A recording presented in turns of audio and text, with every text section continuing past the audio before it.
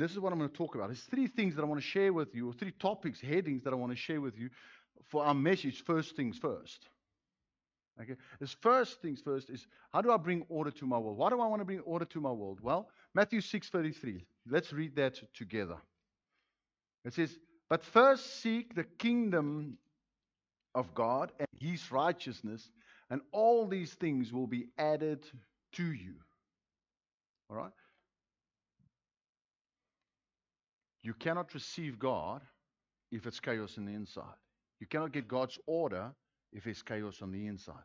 So to receive God's order, to receive God's blessing, I need to defrag my heart. I need to pack stuff right. I need to order my internal world. I need to order what I am thinking on. Why am I thinking that? It's got nothing to do with my salvation. This is grace.